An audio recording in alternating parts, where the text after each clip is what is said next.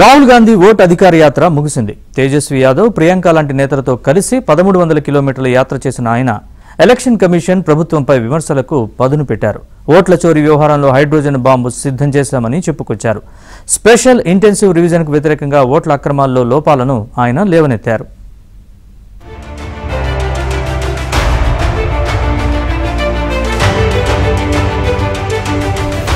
ఓట్ల చోరీ విషయంలో ఇటీవలే అణుబాంబు పేల్చామని, త్వరలోనే మరింత శక్తివంతమైన హైడ్రోజన్ బాంబు వేస్తామని కాంగ్రెస్ అగ్రనేత రాహుల్ గాంధీ చెప్పారు. ఆ బాంబు పేలాక ప్రధాని మోదీ గడ్డు పరిస్థితులు ఎదుర్కొంటారన్నారు. ఓటర్ అధికార యాత్ర ముగింపు సందర్భంగా పాట్నాలో రాహుల్ మాట్లాడారు. రాజ్యాంగాన్ని దెబ్బతీసేందుకు బీజేపీకి అవకాశం ఇవ్వబోమన్నారు. ఓటు అధికార యాత్రకు ప్రజల నుంచి మంచి స్పందన వచ్చిందని, మహారాష్ట్రలో, కర్ణాటకలో ఓట్ల చోరీ జరిగిందని ఆధారాలు సహా చూపించామన్నారు. ఓట్ల చోరీ అంటే హక్కుల చోరీ, ప్రజాస్వామ్య చోరీ, ఉపాధి చోరీ కిందకే వస్తుందన్నారు రాహుల్. ఈ వ్యవహారంలో త్వరలోనే హైడ్రోజన్ బాంబు పేల్చబోతున్నట్లు చెప్పుకొచ్చారు. बीजेपी के लोग अच्छी तरह सुन लीजिए भैया, एटम बम का नाम सुना आपने? सुना है एटम बम का नाम? उससे बड़ा क्या होता है? उससे बड़ा क्या होता है? एटम बम से बड़ा हाइड्रोजन बम होता है नहीं होता है? माधवपुरा में हमने एटम बम दिखाया था।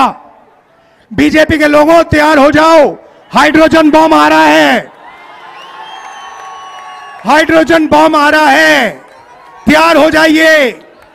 आपकी जो सच्चाई है, वोट चोरी की सच्चाई है, वो पूरे देश को पता लगने जा रही है।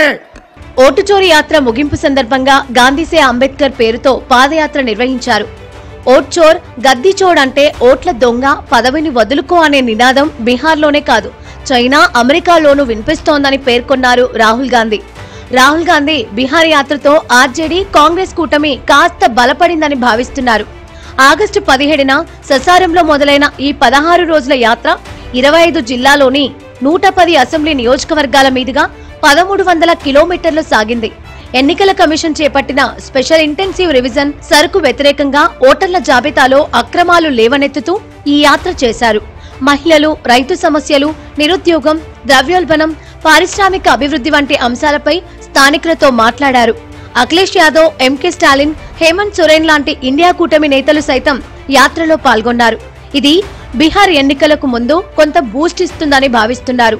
రాహుల్ గాంధీ యాత్ర ఎలక్షన్ కమిషన్ సరిగ్గా ఎలక్షన్ చేయలేదు అని చెప్పడం వల్ల ప్రజల్లో కొంత ఇంపార్టెంట్ ఇష్యూ అంటే అలా కనపడలేదు.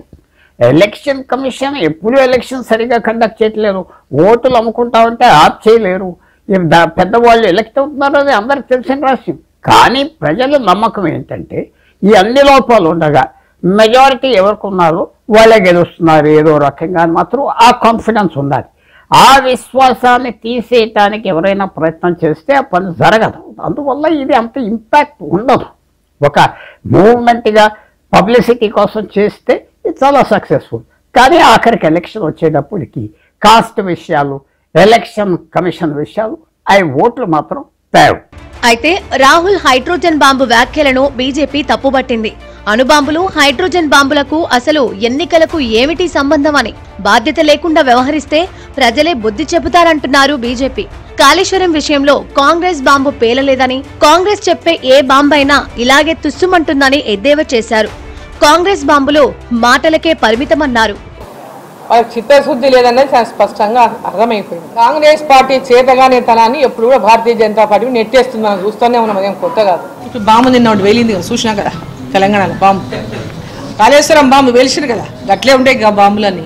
నిజానికి కాంగ్రెస్ పార్టీ బీహార్లో అంతమైపోయి దశాబ్దాలు దాటింది. రాహుల్ చేసిన యాత్ర వల్ల స్థానిక నేతలకు కొంత జీవం వచ్చినట్లయింది. కాంగ్రెస్ పార్టీ 2020లో గెలిచిన 19 అసెంబ్లీ స్థానాలకు గాను 7 సీట్ల గుండా రాహుల్ యాత్ర సాగింది. రాహుల్ ను చూసేందుకు, ఆయన మాటల్ని వినేందుకు లక్షల మంది తరలి వచ్చారు.